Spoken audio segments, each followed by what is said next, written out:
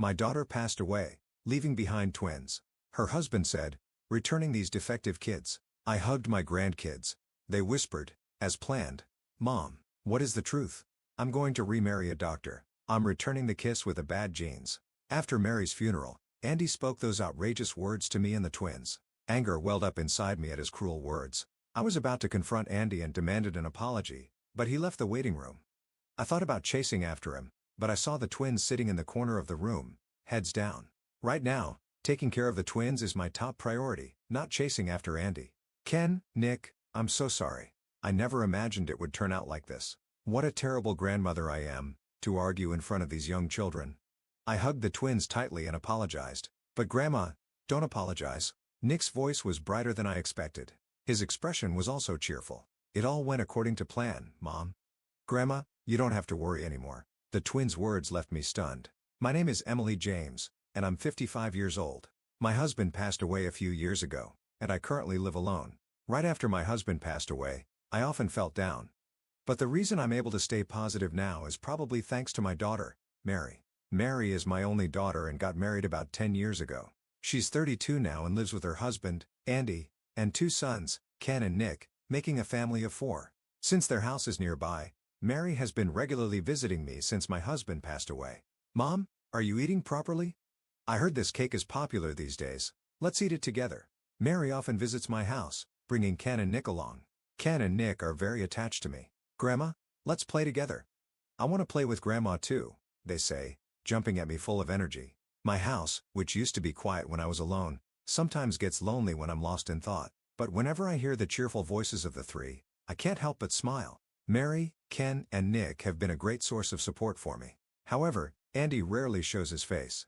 It seems his job is demanding, and he rarely has days off that coincide with Mary's. I think Andy is a little uncomfortable around me. During New Year's and summer holidays, he comes to visit with Mary and the others, but he always has an unpleasant look on his face. Andy, I'm sorry to trouble you during your precious time off. No. It's fine. He has very little to say and hardly makes eye contact with me. Sometimes, he even sighs. I understand that visiting in-laws can be stressful and not exactly enjoyable. Knowing Andy's feelings, I try to keep my distance as much as possible.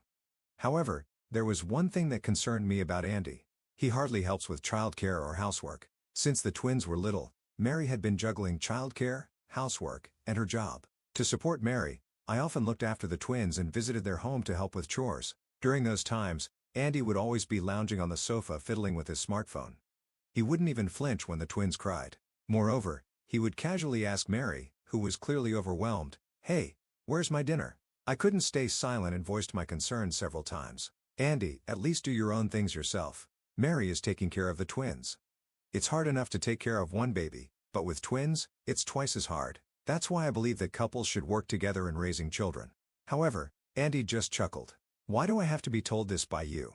It's a problem between us as a couple, so it's none of your business. Besides, I'm earning while I'm providing for the family. I don't think I deserve to be complained about. But Mary is also working, you know? Well, you're on Mary's side, aren't you? Since she's your actual daughter. I wish you could understand how it feels to be attacked 2-on-1 like this. With that, Andy would leave the room looking annoyed. Maybe I was the reason Andy was in a bad mood. I'm sorry, Mary. I said something unnecessary. As a mother-in-law, I probably shouldn't have interfered in their marital issues. I immediately felt apologetic towards Mary. However, Mary shook her head and thanked me for my actions. Oh, you don't have to apologize, Mom. It's okay. I'm at my wit's end because he doesn't listen to me no matter how many times I tell him. So it was a relief that you said it for me. Thank you. There were dark circles under Mary's eyes as she said that. Because of the uncooperative Andy, Mary was practically raising the twins alone. Seeing Mary struggle like that made my heart ache. So I decided to help Mary as much as possible. As a result of those days, the twins became more attached to me than to Andy. It seems Andy doesn't play with the twins even when he's off work. When they were younger, Ken and Nick used to say they wanted to play with their dad, but now that they know, Andy won't engage with them. The twins seem to have lost interest in their father. When the 4 of them visit for holidays, the twins mostly talk to Mary and me, hardly conversing with Andy. Perhaps they don't know how to interact with Andy. And Andy himself seems indifferent to his twin sons. While Mary and I play with the twins, Andy would just be fiddling with his smartphone to kill time. Of course, Mary isn't happy with this situation either. Andy, you're the only father the twins have. Can't you make some time for them? After the twins had gone to sleep, Mary repeatedly pleaded with Andy to understand. However, Andy's behavior never improved.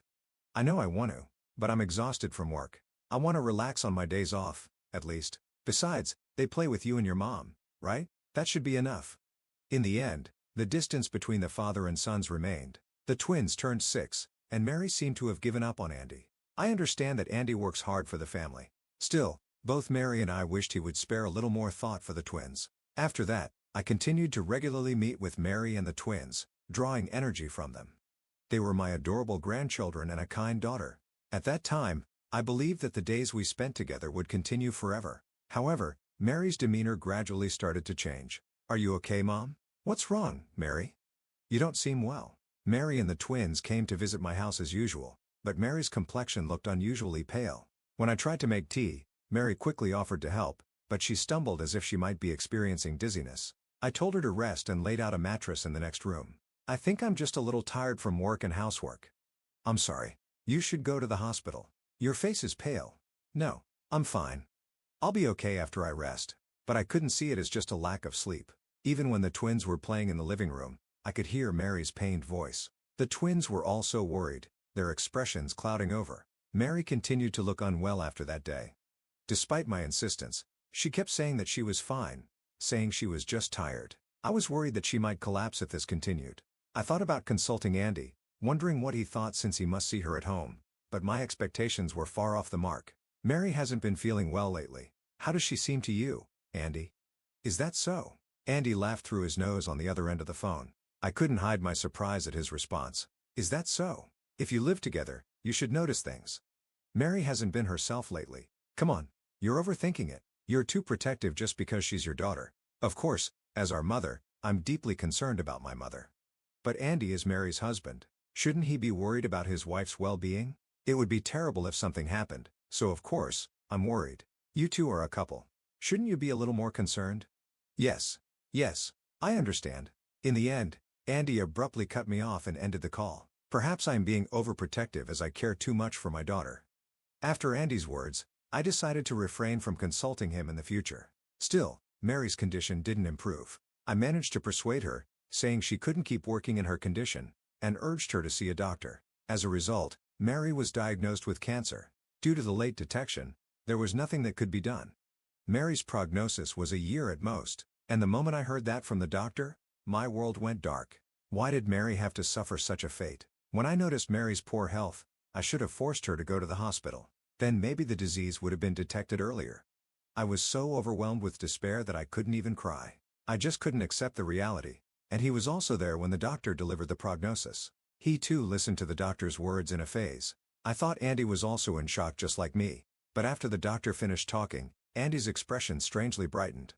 "Ah, that's a shame." His words astonished me, and I froze. Andy continued to talk, ignoring me. "Well, if that's how it is, there's nothing we can do." He even showed a smile. I was beyond surprised. I was terrified. How could Andy accept the reality so easily? How can you show your teeth when your wife's life expectancy has just been announced? I thought maybe Andy was just putting on a brave face. He might be trying to stay strong so I wouldn't be in a dark mood. I see. I couldn't find the words and could only nod slightly. Andy must be in shock internally. I need to believe that he's just forcing himself to be strong. I had to believe that or my heart would break. And so Mary's hospitalization was decided. Mary acted strong, but she understood her condition. The occasional sad look she showed was heartbreaking. "Mom, please take care of the twins." And he made an outrageous suggestion, saying that since he was busy with work, he wanted me to take care of the twins at my house. I could understand where he was coming from, as he hadn't been involved in housework or childcare before. It would be difficult for him to take care of the twins while working. But the twins are now heartbroken because their mother is hospitalized. Shouldn't they be with their father during this time? "Shouldn't the twins be with you, Andy? I'll help with the housework." Andy rejected my suggestion. "No. I'm swamped with the work. Besides, the twins seem happier with you, Mom. I'll bring their things over tomorrow." In the end, I was pushed into taking care of the twins. "Ken, Nick, I'm sorry. Let's live with Grandma for a while. Don't apologize. I'm happy to be with you, Grandma. Dad doesn't do anything for us and doesn't even listen to us." "Thank you, Grandma." The twins smiled happily. Even if it was just a brave face, I was happy to hear it. I decided to take good care of the twins for their sake and for Mary's sake. But even after I took in the twins, Andy never came to see them. After about a month, I contacted him, but all I got was a single text message back. I'm busy with work, so it's not possible. His house is nearby, so even if he's busy, doesn't he want to see the twins? After that, he ignored my calls and didn't even read my messages. Ken and Nick act cheerful, but they must be pushing themselves. I felt terrible for them. This can't go on.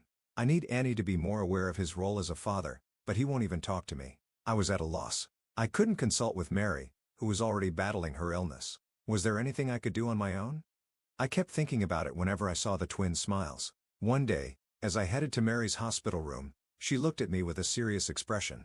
"Thank you for taking care of the kids, Mom. I'm sorry for the trouble." "How did you know?" I didn't want to worry Mary, so I hadn't told her that I was taking care of the twins. But it seems she already knew. Annie tends to push troublesome things onto others, so I was worried, but it turned out just as I expected. "I'm sorry, Mary." "It's okay, Mom.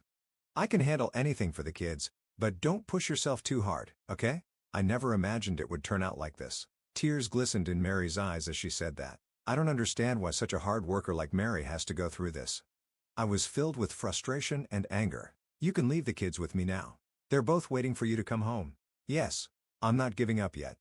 Mary forced herself to smile and look straight at me, despite her painful body. "That's right. You'll definitely get better, Mary." I believed in that and did my best to support her, staying by her side. The next day, I visited Mary's hospital room with the twins. The twins smiled when they saw Mary's face, and Mary, in turn, softened her gaze at the sight of them. Just then, Mary's doctor entered the hospital room. "Mary, how are you feeling?" Mary's doctor was a woman named Dr. Kim. Upon noticing the twins, Dr. Kim smiled at them. "Oh, how cute. These must be your children. They're twins. Come on, you two. Greet the doctor."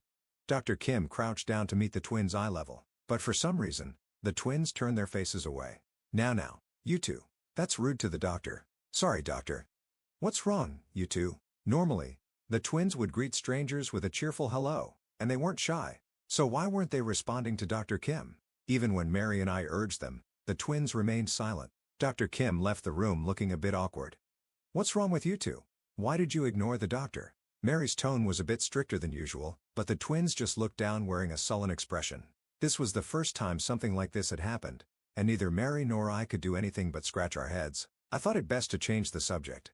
"By the way, Andy came by the other day, didn't he?" In fact, I had recently contacted Andy asking him to come to the hospital. However, he had refused, saying it was impossible because he was going to the hospital that day. I was relieved to hear that he was at least visiting Mary in the hospital, but Mary furrowed her brows. "No. He hasn't come even once." "Really?" Mary said that Andy had never visited her hospital room. Now why did he say he was going to the hospital? I had a question, but it wasn't something to ask Mary. I changed the subject again and had a pleasant chat before leaving the hospital with the twins. Still, I couldn't get Andy out of my mind. Why did he lie and refuse to see the twins? And where was he going? Saying he was going to the hospital. I was pretty sure that even if I asked Andy himself, he wouldn't tell me the truth. I had a bad feeling about this and felt depressed. Just then, the twins looked up at my face. "Grandma, what's wrong? Was there something sad?" "No. It's nothing. Don't worry about it." I smiled at the twins and tried to change my mood. The twins continued to stare at my face and then spoke. "You're wondering about Dad, right? Dad is going to the hospital. He's just not going to Mom's room." "What do you mean?" I could only stare back at the twins, unable to comprehend the meaning of their words. Why would Andy go all the way to the hospital but not visit Mary? Also, why do the twins know that? "Can you tell me more about that?" "Yes, okay." The twins smiled brightly and explained the situation. The truth left me speechless. Apparently, Andy had been visiting the hospital to see Dr. Kim, Mary's doctor. It seems the twins had gone to visit Mary after school the other day. That's when they saw Andy talking and laughing with Dr. Kim. Dad was talking with that doctor, just the two of them. Dad was smiling and the doctor was laughing too. They looked like they were having fun. The twins' expressions as they said this were grim. They must have sensed something unpleasant in the air. However, just hearing the twins' story wasn't enough to understand the situation. Perhaps he was discussing Mary's condition with the doctor, but the part about them smiling bothered me. Is it possible to smile when talking about your wife's illness? Moreover, if he came to the hospital, he should have visited Mary too. The twins' story made me even more confused. About a week later, as I was visiting Mary as usual, I spotted Andy at the hospital. I wondered if he had the day off work. He was in a good mood with a relaxed expression on his face. Recalling what the twins had told me, I decided to follow him. Then I saw Andy casually talking to Dr. Kim, paying no mind to their surroundings. I instinctively hid behind an object and watched them. There were no patients or other doctors around. Perhaps realizing this, Dr. Kim smiled softly. Lisa, I came to see you today too. I had some free time during my sales rounds. I just really wanted to see you. Thank you for coming to see me. It seemed that Lisa was Dr. Kim's first name. The two of them were talking very intimately. Lisa, let's get married after she's gone. It should be soon anyway. She's surprisingly persistent though. Oh, I also want to be with you soon, Andy. By the way, those twins are totally unfriendly. I wonder what kind of education their mother is giving them. I'm sorry about that. They're currently staying at my mother-in-law's place, and I think her upbringing is to blame. I couldn't believe my ears at their conversation. I had a bad feeling, but to think that Andy and Dr. Kim were having an affair and the way they spoke ill of me and the twins was absolutely unforgivable. My anger almost made me raise my voice. I couldn't forgive these two, openly having an affair in the workplace. However, even if I confronted them here, they would probably just deny it. I hadn't managed to record their conversation earlier. Without evidence, they could easily make excuses.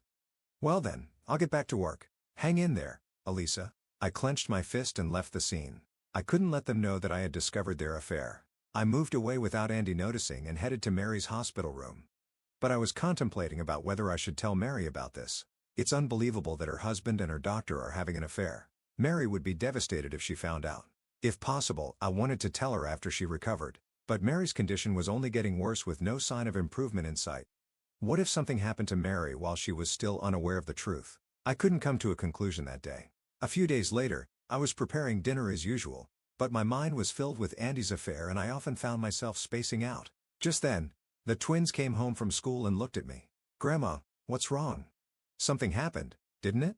Oh, no, it's nothing. I tried to act cheerful so as not to worry the twins, but their expressions remained somber. Did you see Dad with that doctor? Well, we should have gone with you. We're sorry. It seemed the twins had already figured out my worries, and they were worried about me. The twins already knew about their father's affair. There was no hiding it anymore. I'm sorry. You two are going through such a hard time. I could only apologize, stroking the twins' heads. I can only imagine how sad the twins must be right now. Andy, who betrays his adorable children, and his wife, who is fighting so hard against her illness, and Dr. Kim, who belittled Mary, who was trying her best to stay alive. I couldn't forgive those two. I couldn't just stay silent. I finally made up my mind to tell Mary about the affair. It would be better to tell her sooner rather than later, for Mary's sake. I swore to send those two who had caused so much suffering to my precious family to the depths of hell. Half a year later, despite the treatment, Mary passed away. Mary fought until the very end. She was truly a hard worker and a wonderful person. Even though I had prepared myself, I couldn't accept it immediately. I kept staring at Mary, who looked like she was just asleep. Many of Mary's colleagues and friends attended her funeral. Some gave eulogies through tears, while others sobbed uncontrollably. Everyone seemed to have adored Mary. Knowing that made me really happy. The children were tearful, but they smiled and said goodbye to Mary in the end. We love you, Mom. Thank you for everything. Some people were moved to tears by the twins' words. Although the sadness hasn't healed, I think it was a warm and wonderful funeral. But unfortunately, only Mary's husband, Andy, had a terrible attitude. During the funeral preparations, he was constantly on his phone and didn't offer to help. During the funeral, he was absent-minded and stared into the distance. When attendees spoke to him, he would give half-hearted responses, leaving them confused. Every time I heard his careless replies like, "Oh, is that so?" or, I felt a surge of discomfort. Andy, what was that attitude? Everyone came to see Mary off. After the funeral, I called Andy out in the relatives' waiting room. I couldn't stay silent after seeing his behavior. But Andy ignored my words and just grimaced, looking displeased. It was as if he was saying, "Don't talk to me. I thought he would at least act properly today, but you're Mary's husband. I need you to be strong for Mary's sake." Andy glared at me sharply when I said that. "Even if you say that, it's fine now, isn't it? Mary's gone after all. What are you saying? I'd appreciate it if you praised me for even attending the funeral. I'm busy with work, you know." Andy expressed his irritation and complained. It seemed pointless to say anything more to him. I gave up on trying to reason with him and changed the subject. "We'll have a discussion about the twins' custody at a later date. Please make time for that." "Ah, custody." Andy glanced at the twins and declared, "You're going to live with your grandma, right? The twins are attached to you. So let's consider the custody discussion over. I'm leaving then." "Wait, you should listen to the children's opinions too. It's not right to decide things on your own without consulting them." It's true that I wanted to take custody of the twins.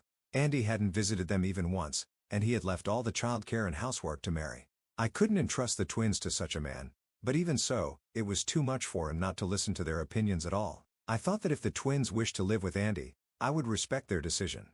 After Mary, their only living parent is Andy. You're their father. Do you understand how lonely they've been until now? The twins were also present in the relatives' waiting room.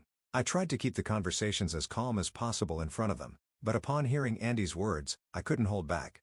However, Andy just gave an unfazed, almost mocking smile. Ugh, so noisy, this mother-in-law. I'm going to remarry a doctor. I'm returning the brats with the defective genes.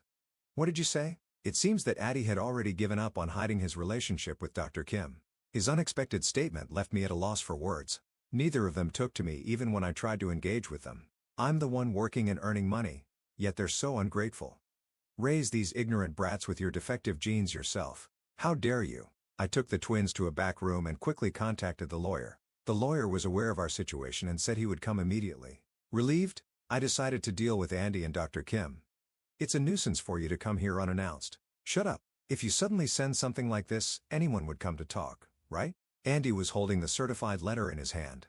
Kim glared at me with her eyes narrowed. That's right. What's the meaning of this? Explain it properly. The two were quite agitated, making a scene in front of my house.